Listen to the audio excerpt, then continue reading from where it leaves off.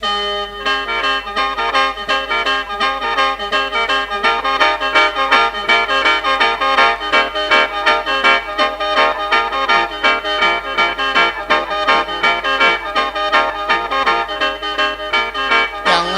ต้นเอ้ยต้นข่อยว่าต้นตาลกอเอ้ยต้นหน่อยตาลกอสังมายากแต่นอแต่น้ำมูลน้ำมั่งลูกเต่าหมดทุกคนยังอยากได้อีสังยังอีกน้ำพอ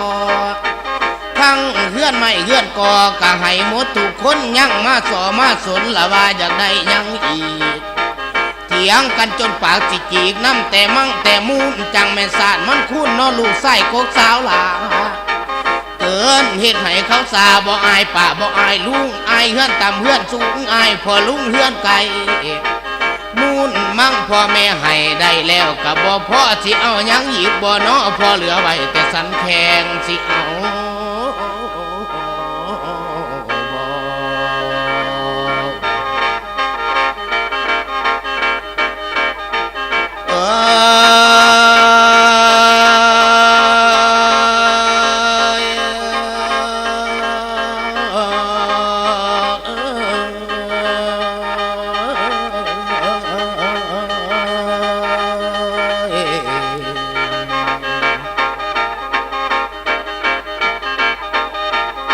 มือนี่พ่อเถาใหญ่บุญทองจังแม่นอุ่นละหนสออุกใจพ่อตับสิแตกเจ้าโคตรเพชรพ้นทองเราแปลกกว่ามูพี่น้องเฮือนไก่และมูกอง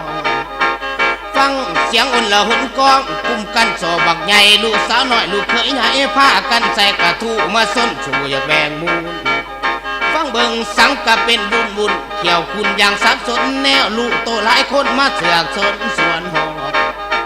พอบุญท่องจงลุกเอาแต่มูดออกมาแบ่งจัดแจงหาซอกไว้เกี่ยมให้ผู้สุคน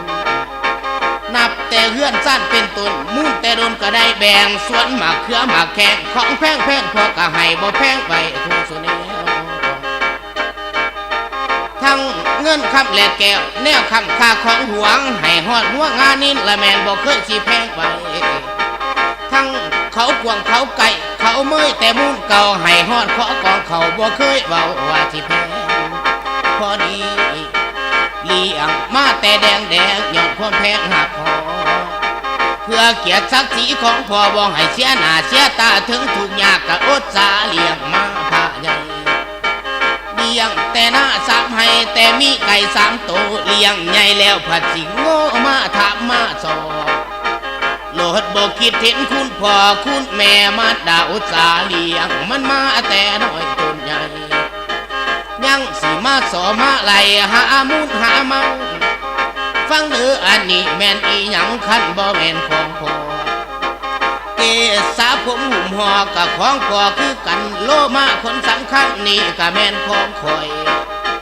นักขาเล็บหน่อยกับของพ่อบิดาท่านตาแก้วนี่นะมันก็แม่นของพ่อตาโจนักอุ้มหอกับของพ่อเด้อคำหัตถีกระดูกน้ำนั้นก็แม่นของข่อยหัตถีเม่งสั่งบ่หน่อยน้ำเยื่อเลี้ยงภายในอันนี้เจ้าว่าของไผ่ขั้นบ่แม่นของพ่อว่ากังมานั่นนอกับของพ่อเด้อคนไข้หัตถยังมาหัวใจผ้าให้มีชีวิตอันนั้นนี่ให้ควนขีดหวนหน้าหวนหลังจากนี้กิโลมากังเขาอื่นตับพังพื้นยะกานั่งตับอื่นกับของพ่อบิดาละหากังไตนานี่ก็แม่นของพ่อบัพพสังกอติดต่อพระให้หายใจร่วมทั้งหมดทั้งในล้วนแต่แม่นของพ่ออันตั้งใส่ใหญ่คือทอกับของพ่อทั้งม้วนทั้งอันตาคุณนั่งใส่น้อยทั้งม้วนนี่ก็แม่นของข่อยแนวพระพี่พระจอยบ่จักยังต่อยังหอดอุทาลียังอาหารใหม่กาลิสังอาหารเก่าเพื่อทายเทขับไล่สิเอาใหม่มาคล้องมัดตาเกสมองให้มีหัวขีดอ่านมัดตาลุงนี่เด้อทานอื่นว่ากระบงหัวรวมหมดทั้งต้นตัวเกือบจีแม่นแต่ของคอยจากนี้แม่นของมารดาหน่อยดูแลค่อยคล้องลำคุณค่ามีเลิศล้ำไม่จำใบใส่สมองป้านนั่นลูกทุกคนยังอยากได้สิ่งของงัวคุ้ยสร้างมา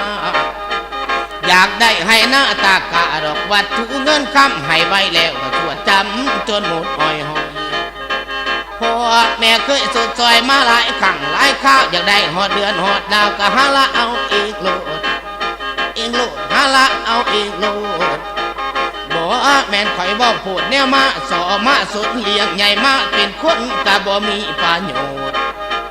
เลยสั่งคุณสิได้โทษน้ำลูกบุตตาให้เท่านั้นก็เอาสายามาเอาต่อ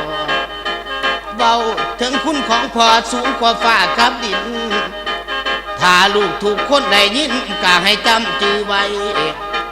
อย่าสิคิดอยากได้แต่มูลมั่งพ่อแม่ให้สั่งก็เอาไปซะไป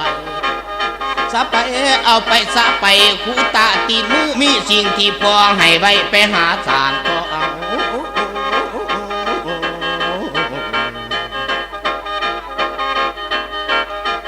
สิบังเอาแต่มูลเข้าสิบังเอาแต่หน้าให้ตีนมือมีพ่อมอบให้สิแพงไม่เฮ็ดอีหยังสิแพงใบเฮ็ดอีหยังเหือแห้งมีถึงขังสั่งบ่ตัดสินใจไปหาสางหาก็เอาเองโธ